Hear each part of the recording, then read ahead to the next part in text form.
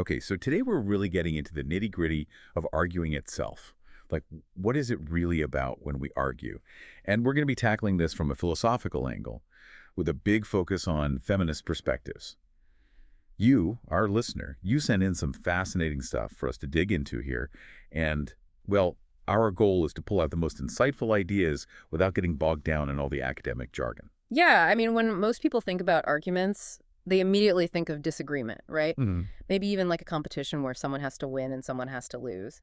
But the feminist thinkers we're looking at today, they really question those basic assumptions. They're asking like some seriously fundamental questions about how we engage with each other intellectually. Questions like, is arguing inherently linked to aggression? And that kind of more masculine approach that we often associate with it. Mhm.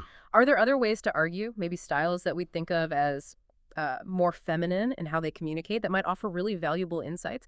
And ultimately, can we make arguing, like the whole process of argumentation, more just and more productive? You've hit the nail on the head. That's exactly what we're going to try and unpack for you today. You want to understand these complex ideas, but, without spending hours reading dense philosophical texts. So we're going to try to deliver those aha moments that can shift your perspective without overloading you with information. Think of this as a shortcut to grasping how philosophers and these argumentation theorists have been dissecting the very act of arguing, Right. especially when it comes to these questions of, gender and social justice. Exactly. All right, let's dive in. So one of the most important ideas that shapes how we approach arguments is this notion of argument as war. It's something that George Lakoff and Mark Johnson, they really explored this in depth. The key idea here is that without even realizing it, we often frame our discussions like battles. We use this language of attack, defense, counterattack. It's Yeah. almost like every time we have a difference of opinion, it turns into this verbal boxing match. Right, like we're trying to knock each other out with our words. Ex- And Janice Moulton, she takes this a step further with her idea of the adversary method. She argues that this has become the dominant way of doing philosophy. And it's not just about competition.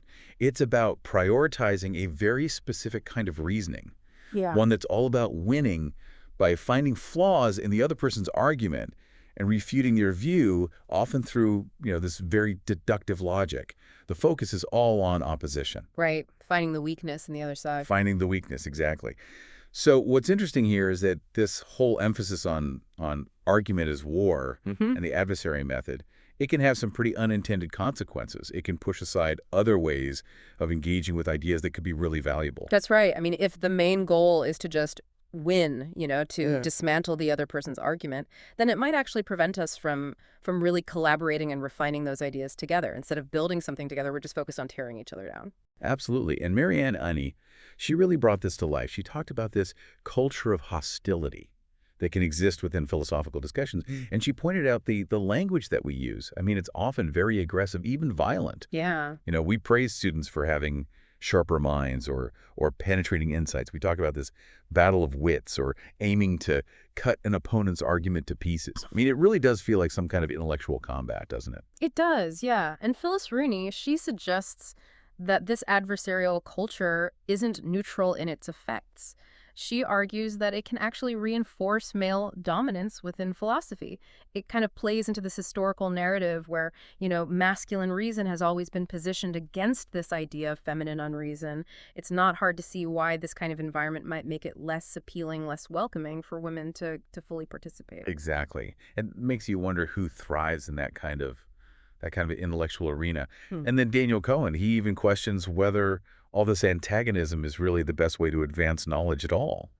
He suggests that even the desire for agreement, which we usually think of as a positive thing, can actually sometimes stifle inquiry because it discourages alternative viewpoints. Right. So this raises the question, like, if arguing isn't just about winning a debate, what other purposes does it serve?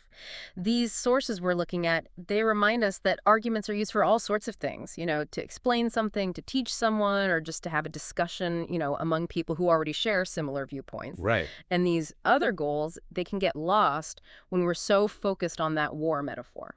Totally. And Cohen, he gives us some interesting alternative ways to think about arguments. He kind of moves us away from the battlefield and brings us back to more everyday experiences. He uses these traffic metaphors. Mm. So, he talks about arguments being like conversational traffic jams where ideas get stuck, or They can be shortcuts to the truth, helping us get somewhere faster. Or even like roads under construction, constantly being built and revised. It's a much more dynamic and less confrontational way to picture how ideas interact. It is, yeah. And it's interesting, this whole discussion around feminine styles of reasoning. Yeah. Scholars like Burrow, they point to these values that are often associated with femininity, like a focus on intimacy, connection, inclusion, and this sort of collaborative approach to problem solving. Yeah. Now, it's really important to remember, as the source material points out, psychological research doesn't actually show any significant cognitive differences between genders, but these culturally influenced communication styles, they can still really shape how arguments develop and how they're perceived. Right. It's not about inherent differences. It's about how we're socialized to communicate. Exactly. So this brings us to this really interesting idea of caring and coalescent argumentation. Like, how can we move away from that adversarial model and towards something more collaborative and maybe even nurturing? Marianne Ayim, she suggests that we should maybe try using nurturing metaphors instead of violent ones when we think about arguments. Like, maybe think about ideas as needing cultivation rather than needing to be defeated. And Karen Warren, she talks about a feminist sense of open-mindedness, this idea of paying close attention to specific details and the context in which knowledge is produced. Yeah, and Lorraine Code also emphasizes that point about context. Right. And Maureen Linker, she introduces this idea of intellectual empathy. It's really about trying to understand how social inequalities might be shaping our own reasoning and the reasoning of others.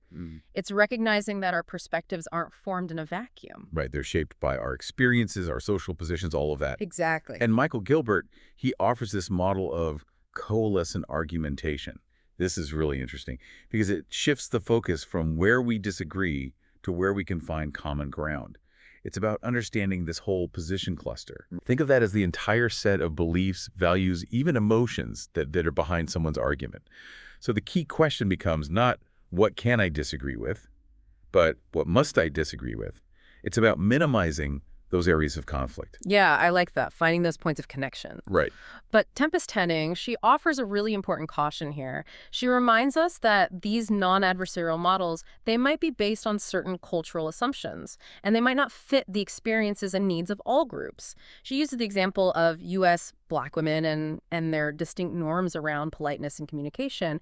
It's a crucial reminder that what might seem like a universally better approach could actually have unintended negative consequences for marginalized communities if we don't consider these nuances. That's a great point.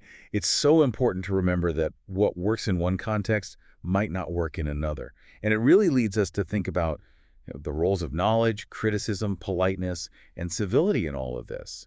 Like, even those feminist thinkers who are, critical of overly adversarial arguing, they still recognize that criticism is a vital part of how we gain knowledge and understanding. Absolutely. Trudy Govere, she emphasizes how being clear and explicit in our arguments, it actually helps us learn from disagreement. It promotes honesty and acknowledges that people can have different perspectives and their reasons for those perspectives matter. Right. It's about respecting those differences and trying to understand where they come from. Exactly. Now, politeness, that's a really tricky one.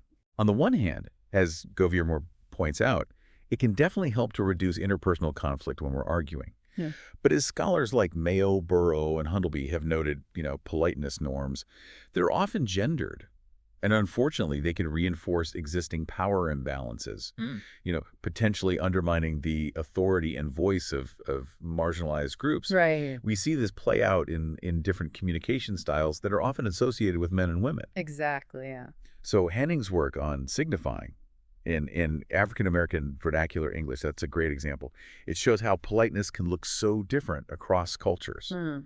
What might be interpreted as disrespectful in one cultural context can actually be a form of politeness, even social bonding in another. That's a great point. And this brings us to civility. Some argue that it's a more fundamental ethical concept than just politeness. Thinkers like Calhoun and Macau and Marty, they suggest that civility is really about showing respect and striving for understanding. But even here, Mayo and others point out that what might seem like incivility can sometimes be a really important tool for challenging the status quo and pushing for social change. Yeah, it can be a way to disrupt those power dynamics. Exactly. So all of this, it has some really interesting connections to this field of informal logic. This approach to logic, it really emerged around the same time as a lot of this feminist scholarship. And it also emphasizes the importance of considering the real-world context in which arguments happen. And it's less reliant on, purely abstract, formal methods of deduction. Yeah, it's about looking at how arguments actually function in our everyday lives. Exactly. But even within informal logic, feminists raise some important questions about how we interpret arguments. They point out that our interpretations can be skewed if we ignore the underlying social biases that might be at play. So, for example, the standard informal logic analysis of an ad hominem fallacy, it focuses on the logical irrelevance of a personal attack. But feminist analysis, as Yap discusses, adds that these attacks might still be persuasive because of unconscious biases we hold, even if they don't hold up logically. Right. So Andrea Nye, she offers this really provocative look at the history of logic itself. Yeah. She suggests that the very development of these abstract logical systems might have historically served to justify social inequalities. Oh. She examines thinkers from Parmenides all the way to Frege in the Vienna Circle, and she proposes that their abstract systems might have inadvertently silenced or marginalized certain voices. She even explores this idea of a more concrete women's language. Now, it's worth noting that Nye's historical interpretations, they've been debated. Yeah. And some have even questioned whether she manages to avoid making arguments herself in the process. Yep. But it definitely sparks a lot of critical thought. It does, yeah. And it really highlights this underlying concern about how these seemingly neutral systems of thought, they can have real-world social consequences. Right. So Michael Gilbert, while proposing his, critical logical approach, he acknowledges that it might primarily serve the competitive norms of academic philosophy. But he leaves space for other legitimate ways of interpreting arguments that are rooted in different communication styles. Right. So there's not just one right way to do this. Exactly. Yeah. And this leads us to these really crucial concepts of credibility and what we might call argumentative fairness. Yeah. Miranda Fricker's idea of testimonial injustice, where someone's credibility is unfairly reduced because of their social identity. That's so important here.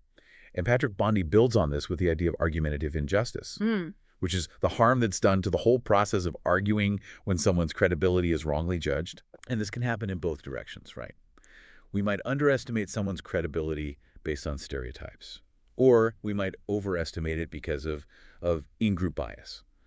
And these judgments, they often fall along gender lines or other aspects of social identity. As Bondi points out, the consequences are huge. If someone's credibility is constantly underestimated, they might lose the ability to effectively participate in discussions. Right. If it's overestimated, they might miss out on valuable critical feedback. So what can we do about this? Yeah. Trudy Govier, she suggests that we should try to evaluate each arguer based on the merits of their argument itself, without relying on group stereotypes. Yeah. But the reality of implicit bias, as the work of Greenwald and Banaji shows, makes this really challenging. Right. It's hard to overcome those unconscious biases. It is. So Patrick Bondi, he proposes that we should adopt a kind of meta-distrust, being generally skeptical of our own credibility judgments, especially when it comes to marginalized groups. And Maureen Linker, she champions this practice of intellectual empathy as a way to actively work against these biases. Yeah, that's a great point. And we also need to consider this concept of epistemic privilege from feminist standpoint theory. This idea suggests that those who are working against oppression might actually gain unique and valuable insights into how power structures work. And Phyllis Rooney, she highlights how lived experience and Miranda Fricker's concept of hermeneutical injustice, where we lack the shared language to even understand certain experiences, can significantly affect women's arguments and how they are understood by others. Right. So our experiences shape how we argue and how our arguments are received. Exactly. Finally, let's touch on this traditional approach of using fallacies to evaluate arguments. Yeah. While it's, a standard part of argument analysis, feminists have a somewhat complex view of it. They point out how labels like fallacy can sometimes be used unfairly to dismiss feminist arguments. They cite the charge of the genetic fallacy against feminist historical analysis as a key example, as discussed by Levin. But Crouch offers a really insightful counter-argument here. He explains the historical development of the genetic fallacy and suggests that the way it's often used against feminist thinkers misunderstands both the fallacy itself and the nature of feminist historical critique. Right, so it's about understanding the context and the intent. Exactly. And In response to those limitations of traditional fallacy analysis, feminists have actually proposed new fallacy labels, Yeah. like codes ad feminem, or Hundleby's concepts of androcentrism and the status quo fallacy, and even Anger and Hundleby's ad stuprum. These are designed to highlight specific biases and injustices that can occur in argumentation. Right. While understanding fallacies can be empowering, it's also important to recognize that the whole framework can have this inherent adversarial quality that might be difficult for marginalized groups to navigate. Yeah. It can feel like another tool for exclusion rather than inclusion. Yeah. So all of this, it has these really direct implications for critical thinking and how we teach people to argue effectively. Critical thinking education, which often relies heavily on things like fallacy identification and argument analysis, plays a huge role in shaping how we reason as a society. Right. So Hundleby, he argues that critical thinking courses taught within philosophy departments, they might unintentionally reinforce certain disciplinary biases, partly because of a lack of expertise in broader argumentation scholarship and the continued prevalence of the adversary method in textbooks. And Gilbert stresses the need for critical thinking education to go beyond just looking at premises and conclusions, Yeah. and to consider a wider range of factors that are particularly relevant from a feminist perspective, such as the potential for harm and the influence of social identity. Maureen Linker's intellectual empathy framework, Right. that offers a really concrete alternative approach, Right. focusing on skills like understanding privilege, recognizing intersectionality, and fostering cooperative reasoning. So what's the main takeaway from all of this? As we've explored, feminist philosophical work on argumentation really highlights this crucial need for philosophers and anyone interested in argumentation to engage more deeply with the broader interdisciplinary scholarship in this area. Right. There are still so many important feminist topics that haven't been fully explored within argumentation theory, such as the diverse values that arguing can serve and the significant impact of discursive norms on power and privilege. Exactly. There's still so much to learn and explore in this area. There is. And ultimately, these feminist perspectives on argumentation, they present this really fundamental challenge to some of the core social and epistemological norms within philosophy, critical thinking education, and our wider standards for what counts as good and fair reasoning. Right, they're asking us to rethink some of our most basic assumptions about what it means to argue well. So as we bring this deep dive to a close, we've really seen how feminist thinkers have pushed us to fundamentally rethink what it means to argue. Moving far beyond the simple idea of winning or losing, Yeah. they've brought these crucial issues of power, gender, and social justice right to the heart of how we understand argumentation. That's right. We've covered a lot of ground today, touching on key concepts like the, pervasive argument as war metaphor, the dominant adversary paradigm in philosophy, the potential of coalescent argumentation, the impact of testimonial injustice, and the feminist critiques of traditional fallacies and how we teach critical thinking. And we really hope that you, our listener, have had some of those aha moments we were aiming for. Understanding these feminist perspectives can truly deepen your understanding of how we all reason and interact with each other in so many different situations. Yeah, it can really change the way we approach disagreements and discussions. It can. So here's a final thought for you to consider. The next time you find yourself in a discussion where there's disagreement, whether it's a formal debate or just a conversation with someone close to you, take a moment to think about the dynamics we've explored today. How might issues of power or gender be subtly influencing the exchange? And are there ways to shift focus away from simply trying to win and towards achieving a deeper mutual understanding and a more equitable exchange of ideas? We encourage you to really examine your own assumptions about what it means to argue effectively and justly. That's a great point to end on. Thanks for joining us on this deep dive. Thanks for having me.